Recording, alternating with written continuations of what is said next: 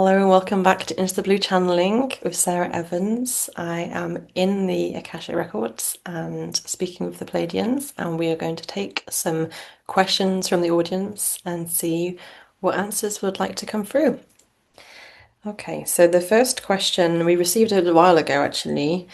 So the listener says, I'm looking for some direction in my life revolving around health, how to feel more complete and in harmony with my mind, body, and spirit, so I can be better in helping others seeking a spiritual path.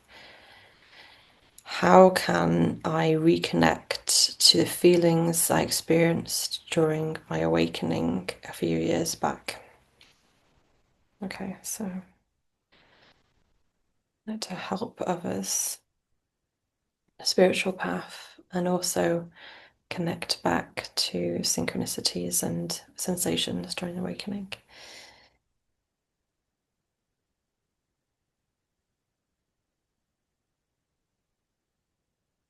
We played in a group of 9 says thank you for your questions.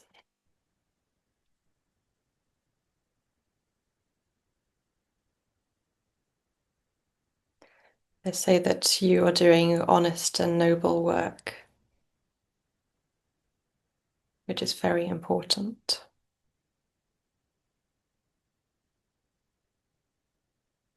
To help others on the spiritual path, it is best to approach with as much openness and honesty as possible. Sharing your stories of how you also experienced awakening, sharing your stories of synchronicities that linger in your memory. These are great ways to help others on their own spiritual journey. And you may find that it connects you to that joyous feeling that you had when you were first awakening yourself.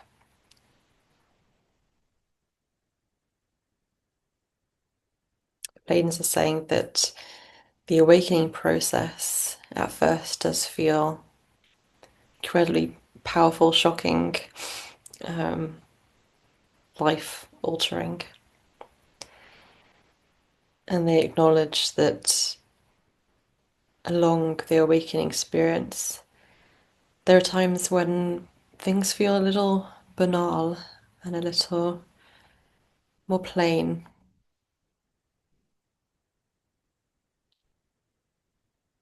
This is because awakenings come in surges and your spirit guides make themselves known in a way that is the least subtle at first. So you may have found a lot of synchronicities, sharing angel numbers, reoccurring signs like butterflies, birds, dragonflies, things of this nature, repetitive rainbow symbols. You receive these for a reason. It was to wake you up and make you realize that there's more to this life than meets the eye. There's more to life than we have been told.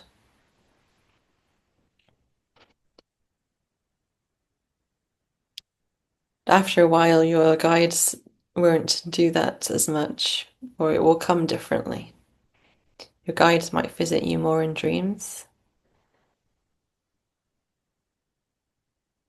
or connect you in other ways, but they don't need to grab your attention anymore. They can emphasize that you are on the right path with one angel number or one sign, but they don't need to be as dramatic as they once were. But take heed in the knowledge that you are doing great work, very spiritual work. And as you continue on, things will get clearer. for you. Thank you. Thank you. Okay, next question received was about about the last episode. They mentioned first contact, and this listener would like to ask how how can listeners visit the spacecraft of the Pleiadians and have a first contact experience themselves? How does this work? How can listeners request to visit your spacecrafts and have a first contact experience?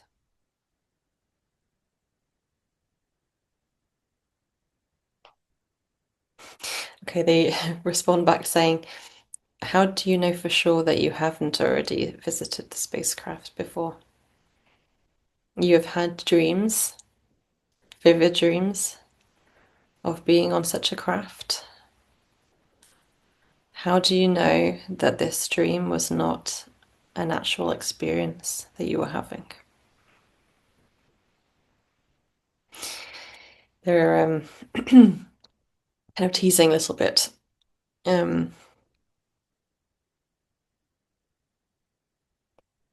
But yes, certainly you can request, and many of you have already contracted with bridge contracts or similar to take part in the unfolding of first contacts and open experiences of humanity being in touch with multidimensionals. You have to be aware that some of this work has already happened and is unraveling, unfolding now.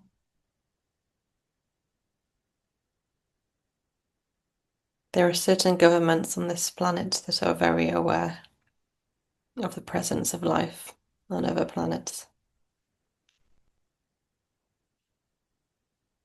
and have held back some information as a method of control. But a lot has already also been out in the public eye, both literally public eye and metaphorically the public eye. And this will continue to happen. If you are thinking of this question, it's likely that you already have a plan, a contract in place. However, you can simply state an intention that I would like to visit the Pleiadians at the moment of first contact. And we witness and observe this and note it down. Thank you. Okay, thank you very much. I think we have time for one more.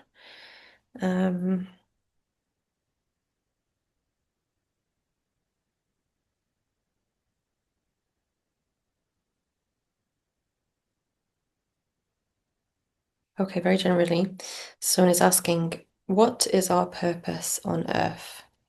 What is our purpose on Earth from your perspective?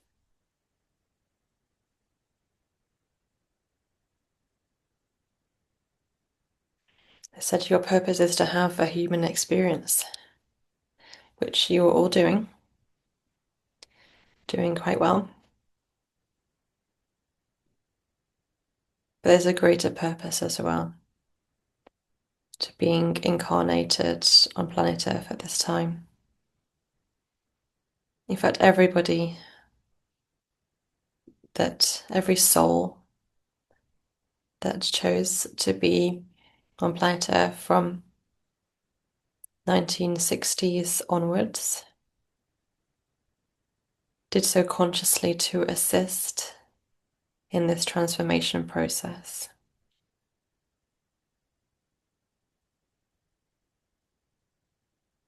You're particularly a brave soul to have chosen to be here at this time, which we acknowledge as a time of confusion, a time of some conflict and some sadness and harm.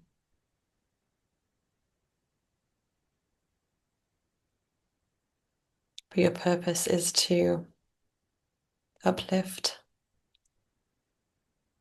and support all of humanity and all of the entities and beings on planet Earth at this time.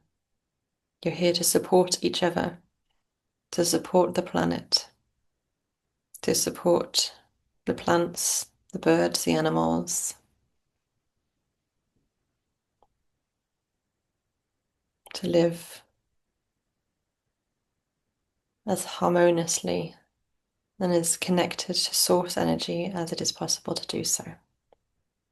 And you are doing a very good job at this. Thank you. Okay, thank you very much. This will be the end of the questions episode. I'll see you next week for the next channel message. Take care. Thank you for listening to Into the Blue channeling. Please do like and subscribe to receive about our upcoming episodes. See you next time.